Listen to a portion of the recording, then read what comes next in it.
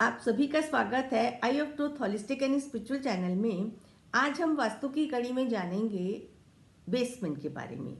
घरों के में रेजिडेंशियल प्लॉट्स में बेसमेंट होने चाहिए या नहीं होने चाहिए।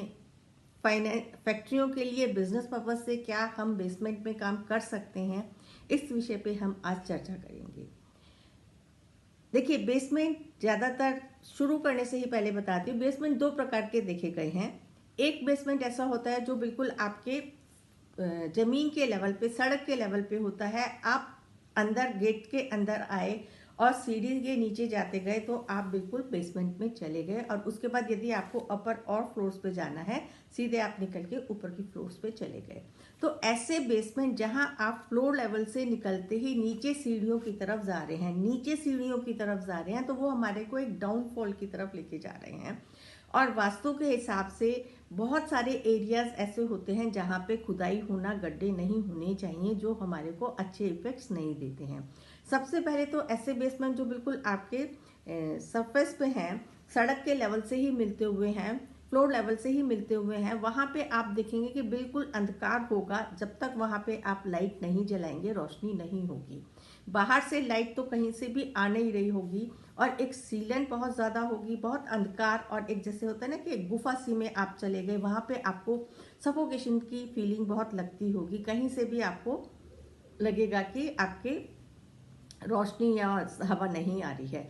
ऐसे बेसमेंट ज़्यादातर बहुत अच्छे रिजल्ट्स नहीं देखे गए हैं। ऐसे बेसमेंट्स नहीं होने चाहिए। यदि ऐसे बेसमेंट घरों में हैं जहाँ पे रेजिडेंशियल है, वहाँ पे आपने ऐसे बेसमेंट बना रखे हैं, तो आप देखेंगे कि थोड़े टाइम के बाद ना तो वहाँ की सफाई होगी, और घर का जितना भी कूड़ा करकट, जो भी एक्स्ट्रा सामान है, वो निकल के आपके बेसमेंट में आ जाएगा। जब आप बहुत ज़्यादा ऐसा सामान, क्लटर, अपने बेसमेंट में इकट्ठा करते चले जाएंगे तो एक टाइम के बाद बहुत ज़्यादा नेगेटिव एनर्जी वहाँ पे क्रिएट हो जाएगी। और यदि वो आपने क्लटर अपने नॉर्थ और ईस्ट की तरफ रखा हुआ है, तो वो आपको और नेगेटिव रिजल्ट्स देगा। तो ऐसे बेसमेंट जहाँ पे उसका प्रयोग नहीं हो रहा है, बेसमेंट उन घरों के ना हो तो ज़्यादा अच्छे हैं। फिर भी यदि ऐसा बेसमेंट आपका है जहाँ पे कहीं से भी सूर्य की रोशनी नहीं आ रही है, तो देखा गया है यदि हम बेसमेंट के चारों तरफ, एक तो बेसमेंट की जो कलरिंग है वो बहुत लाइट शेड में कराएं, ऑफ वाइट कलर में कराएं, और एक लाइट ज़रूर उस बेसमेंट में जला के रखें।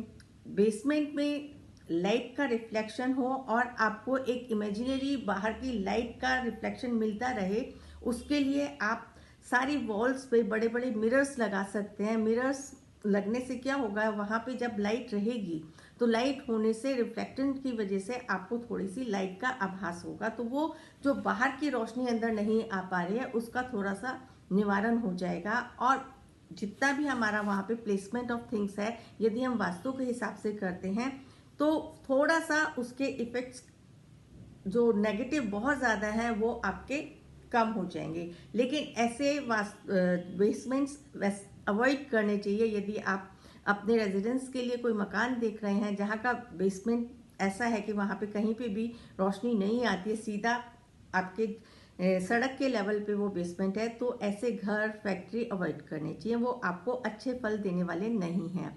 हाँ, ऐसे बेसमेंट आप ले सकते हैं जहाँ पे आपकी 3-4 सीढ़ी चढ़ने के बाद आपका ऊपर का फ्लोर है, और नीचे 3-4 सीढ़ी आपकी की जो लाइट है, जो आप फ्लोर लेवल से थोड़ा ऊपर आने के बाद नीचे जा रहे हैं, तो एक तो जैसे होता है ना कि 2 सीढ़ी चढ़ के फिर आप नीचे उतरे हैं, तो वो ऐसे बेसमेंट में जो बीच का स्पेस आपको मिला है, वहां से आपने छोटी छोटी खिड़कियां निकाल दी हैं, जहां से आपके सूर्य की रोशनी आ रही है या उसका लाइट का रिफ्लेक्शन आ रहा है। बेसमेंट के अंदर कहीं से वो लाइट का प्रोविजन है, तो ऐसे बेसमेंट आपके लिए शुभ होंगे। और ये बेसमेंट यदि आपके नॉर्थ ईस्ट और नॉर्थ ईस्ट में से निकले हुए हैं, तो वो बेसमेंट आपके बहुत अच्छे, आपके बिजनेस के हिसाब से और घर के हिसाब से भी आपको फल देने वाले हैं। अगली कड़ी में हम जानेंगे कि ऐसे बेसमेंट्स में आप कैसे कंस्ट्रक्शन कराएं। यदि आप पूरे फ्लोर पे बेसमेंट को कंस्ट्रक्ट कर रहे हैं, तो आपको किन किन बातों का ध्यान रखना चाहिए, और वास्तु के हिसाब से आप कैसे उस बेसमेंट का प्रयोग कर सकते हैं। अभी तक हमने इस कड़ी में यही जाना है कि दो प्रकार के बेसमेंट हैं, उन दोनों प्रकार के बेसमेंट में कौन सा ज़्यादा अच्छा है, कौन सा नहीं है, और उसमें हम किस प्रकार से वास्तु रेमेडीज कर सकते हैं। जिन बेसमेंट में लाइट्स आती है वो बेसमेंट आप बिल्कुल ले सकते हैं, बिजनेस पर्पस से भी और रेजिडेंशियल पर्पस से भी। मिलेंगे अगली कड़ी में, कंटिन्यू करेंगे बेसमेंट की ही कड़ी को।